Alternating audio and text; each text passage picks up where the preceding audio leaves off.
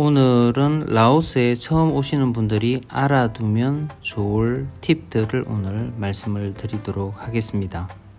한국에서 출발하시기 전에 해놓으면 좋은 거 두 가지를 먼저 말씀을 드리도록 하겠습니다. 요즘 해외여행을 많이 하면서 많은 돈을 가지고 다니기를 부담스러워 하시는 분이 있습니다. 한국에서는 거의 카드로만도 생활이 되기 때문에 해외 나가서도 되도록이면 카드 한 개로 해결을 했으면 하는 생각이 있으실 겁니다. 그런데 라오스에서는 그렇게 하게 되면 조금 손해를 많이 보시게 됩니다. 신용카드를 여기서 사용하려고 하면 라오스에서 신용카드 되는 곳이 잘 없고요. 된다고 하더라도 2~3%의 수수료를 따로 떼게 됩니다. 그리고 요즘 트래블 월렛 카드를 가지고 와서 현지에서 달러나 현지 화폐를 찾으면 안 되냐고 물어보시는 분들이 계신데요. 그렇게 하게 되면 라오스에서는 조금 손해를 많이 보게 됩니다. 뭐에 비해서 손해를 보시게 되냐면 한국에서 US 달러를 바꿔오는 거에 비해서 많은 손해를 보게 됩니다. 간단하게 이유를 말씀을 드리면은 현지 화폐가 불안하기 때문에 현지 로컬 환전상에서 환전을 하게 되면 기준 환율보다도 훨씬 더 많이 주게 됩니다. 그래서 카드로 여기 현지 화폐를 찾아 쓰는 거 하고 그 다음에 한국에서 US 달러 100달러짜리를 바꿔 가지고 오는 거의 차이를 100달러마다 한 2만원 가까이 차이 나게 됩니다. 그러면 아무도 카드를 쓰지 않게 될 겁니다. 나중에 아시게 되고 나서 다음부터는 이제 달러를 가져오시는 분들이 많이 있으시거든요. 그 다음에는 라오스에서 사용할 앱들을 깔아오면 좋은데요. 많은 앱들이 있는데 두 가지는 반드시 필요합니다. 그래서 그걸 알려드릴게요. 첫 번째는 우리나라의 카톡처럼 사용하는 게 뭐가 있냐면 왓츠앱이 있습니다. 왓츠앱을 깔아서 오셔야만 현지인들하고의 소통이나 현지인들의 연락처 이런 부분들을 받을 수가 있습니다. 물론 이제 왓츠앱 말고도 위챗이나 아니면 페이스북이나 이런 것들을 사용하지만 가장 많이 사용하는 게 왓츠앱이기 때문에 왓츠앱을 깔아서 오시면 되고요. 그리고 이제 라오스에 오시게 되면 이동수단이 있어야 되지 않습니까? 이동수단도 라오스에는 동남아의 다른 곳의 그렉과 같은 그런 부분들이 여러 개가 있습니다. 근데 그 중에서 가장 유용하게 쓰고 가장 많이 쓰는 부분이 인드라이브입니다. 그래서 인드라이브를 미리 한국에서 깔아가지고 오시게 되면은 여기 와서 이제 인드라이브가 잘 깔린다, 깔리지 않는다 이렇게 말씀하시는 분들이 있는데요. 인증 때문에 인드라이브를 한국에서 미리 앱을 다운로드 받으셔서 오시면 훨씬 더 편리하게 생활을 하실 수 있습니다. 또 라오스에 오시게 되면 잠잘 곳이 필요하지 않습니까? 숙박시설을 찾게 되는데요. 라오스의 숙박시설이 다른 동남아 주변국에 비해서 가성비가 좋지 않습니다. 많은 저희 구독자분들이 숙박시설을 추천해달라고 얘기를 하십니다. 그럴 때 제가 대답하기가 제일 곤란합니다. 제가 아무리 좋은 숙박시설을 소개를 해드리더라도 다른 곳에 여행을 많이 하신 분들은 많이 실망을 하실 게 분명합니다. 그래서 좀 그런 부분들이 제일 곤란한 부분이고요. 그래도 이제 여기 오시게 되면 어떤 곳에 머물러야 되나는 말씀을 드릴 수가 있는데요. 짧게 여행을 오시게 되면 여행자 거리 근처에 숙박시설도 많고요. 그 근처 찾게 되면은 이동 거리를 조금 줄일 수 있습니다.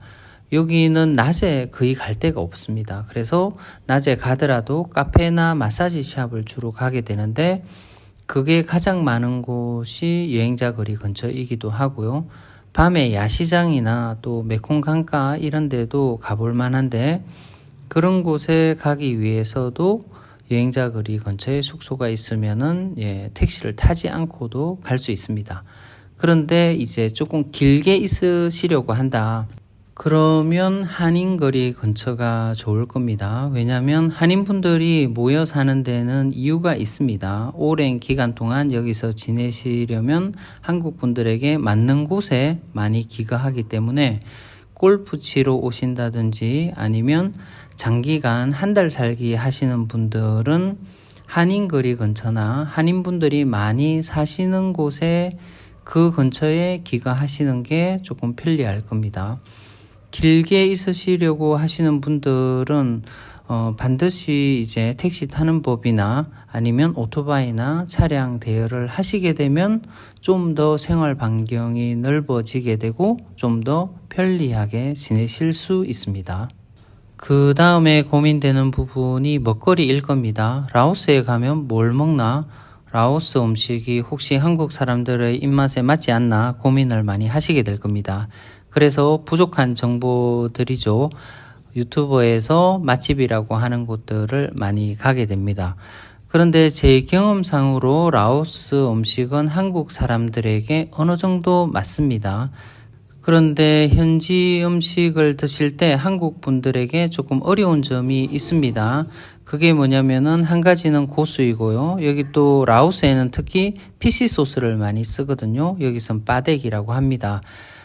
여기 두 가지 정도의 말만 알아두게 되면은 다 무난하게 드실 수 있을 겁니다. 그래서 고수를 빼달라라고 할 때는 버사이 험범이라고 말하면 되고요. 그 다음에 피시 소스 빼달라라고도 해야 될 겁니다. 아마 고수보다도 여기의 피시 소스가 조금 더 힘들 수 있습니다. 그럴 때는 버사이 빠덱이라고 하면은 피시 소스를 빼주게 됩니다.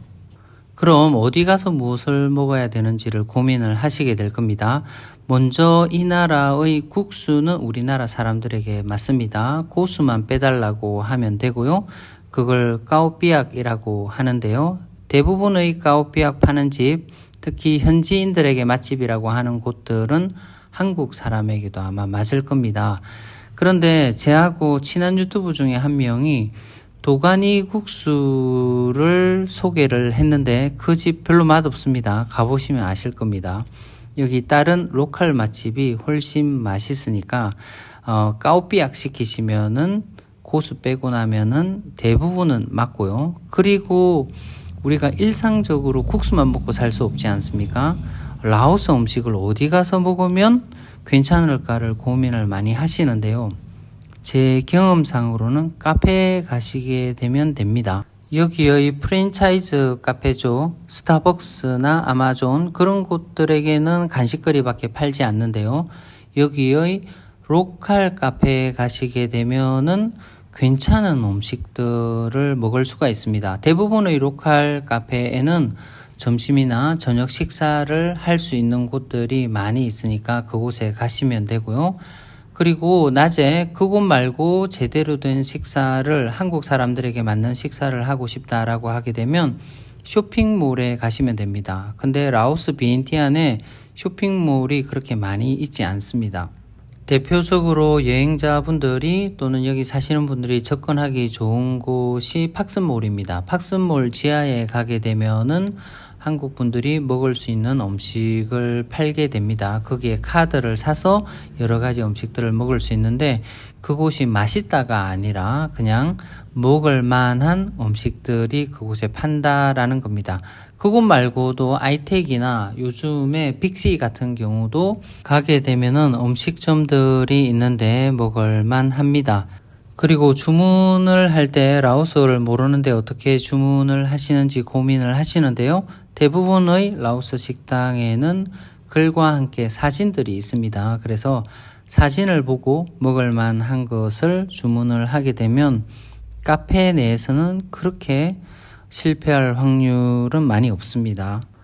요 앞에도 말씀을 드렸지만 라오스에서는 낮에 갈 만한 곳이 카페하고 마사지 샵밖에 없습니다. 그래서 대부분의 시간을 마사지 샵에서 보내시는 분들이 많이 있는데요. 보통 1일 2마사 또는 1일 3마사 하시는 분들도 계십니다. 그렇게 하더라도 여기 라오스에는 마사지 가격이 싼 곳이 많기 때문에 그렇게 돈이 많이 들어가지는 않을 겁니다. 제일 싼 곳이 보게 되면은 여행자 거리 근처에 마사지 샵들도 많고 그곳이 쌉니다. 그런데 시설을 보게 되면은 조금 실망하실 수도 있습니다. 깨끗한 곳도 있고 좋은 곳도 있는데 그곳은 가격이 조금 더 비싸고요. 위생에 신경을 많이 쓰시는 분들은 한인분들이 운영하시는 마사지 샵이 다른 로컬보다 조금 비싸지만 그래도 깨끗하게 운영을 잘 하시니까 한인분들이 운영하시는 마사지 샵은 깔끔한 곳을 찾으시는 분들에겐 아마 맞을 겁니다. 그리고 여기는 이색적인 마사지 샵이 있죠. 가정식 마사지 샵이 있는데요. 그곳의 형식은 일반적인 마사지 샵하고 똑같습니다. 그런데 이제 독립된 방에서 마사지를 받는다라고 생각하시면 되고, 마사지 샵의 가격은 이제 가정식 마사지 샵이라고 해서 비싸지는 않습니다. 거의 일반 마사지 샵과 똑같은 곳도 있고 또 조금 가격이 높은 데도 있습니다. 가격이 높다라고 하더라도 라오스에서 마사지의 가격은 그렇게 높지 않으니까 내가 한번 시도해 보고 싶은 곳을 찾았다라고 하게 되면 가격 때문에 망설일 필요는 없습니다. 그리고 마사지 받고 나서 많은 분들이 팁은 어느 정도 줘야 적당한지를 물어보시는데요. 제가 그 팁이 어느 정도가 적당하다 말씀드리기가 조금 어려운데, 그래도 아예 정보가 없으신 분들에게는 도움이 될 것 같아서 제가 말씀을 드리면, 이게 꼭 정확한 룰은 아닙니다. 1시간 받으면 한 3만 깁 정도가 적당하다고 봅니다. 그리고 1시간 반 받으면은 5만 깁 정도 주고 오시면 되고요. 그 다음에 2시간은 1시간의 배 정도 아니면 배 이상을 주시면 됩니다. 근데 이게 절대적인 룰은 아니고요. 또 잘한다라고 하게 되면 그것보다 많은 팁을 주셔도 되기는 됩니다. 그런데 거기의 2배, 3배를 주시는 것은 과한 팁이라는 것을 생각해 두시면 좋겠습니다. 여기 라오스에는 낮에 갈 곳도 없고 더워서 힘들다는데, 그러면 밤에는 어디 가야 될지 고민이 될 겁니다. 가장 찾기 쉬운 곳이 여기의 야시장인데요. 여행 오신 분들은 아시겠지만 여기에 야시장이 화려하거나 크지도 않습니다. 그래서 한 2-3번 나가게 되면 갈 데가 없어지게 됩니다. 그러면 어딜 가느냐 고민이 많이 되시게 될 겁니다. 그리고 다른 어떤 나라처럼, 다른 어떤 좋은 도시처럼 이런 곳이 모여 있거나 어떤 형태가 모여 있지 않고 다 흩어져 있기 때문에 정보가 없으면 찾아가기 상당히 힘듭니다. 그래서 라오스에 오시게 되면은 여행자분들끼리, 한국분들끼리 잘 마주치면 얘기를 안 하시는데요. 얘기를 좀 나누시는 게 좋습니다. 나누셔서 서로서로의 알고 있는 정보를 나누셔야만 갈 곳이 생겨나게 됩니다. 그 갈 곳 중에서는 한국 분들에게 편안하고 괜찮은 공간들이 있는데요. 이렇게 라이브 음악을 연주해 주는 곳이 있습니다. 몇 곳이 있어요. 여기 컵자이더하고 윈드웨스트 이런 데 가게 되면은 간단하게 맥주 한잔 하면서 라이브 음악인데 또 팝송을 많이 불러줍니다. 그래서 우리가 잘 알고 있는 음악들을 들을 수 있는 곳인데, 그곳은 한국 분들은 대부분 다 좋아하시더라고요. 그곳도 많이 없기 때문에 이제 간단하게 술을 마시는 곳을 찾으시는 분들은 총나우를 많이 가시게 됩니다. 여기 총나우가 제법 많이 있는데요. 정보가 없으면은 모여 있는 곳이 없어서 찾아가기가 쉽지 않습니다.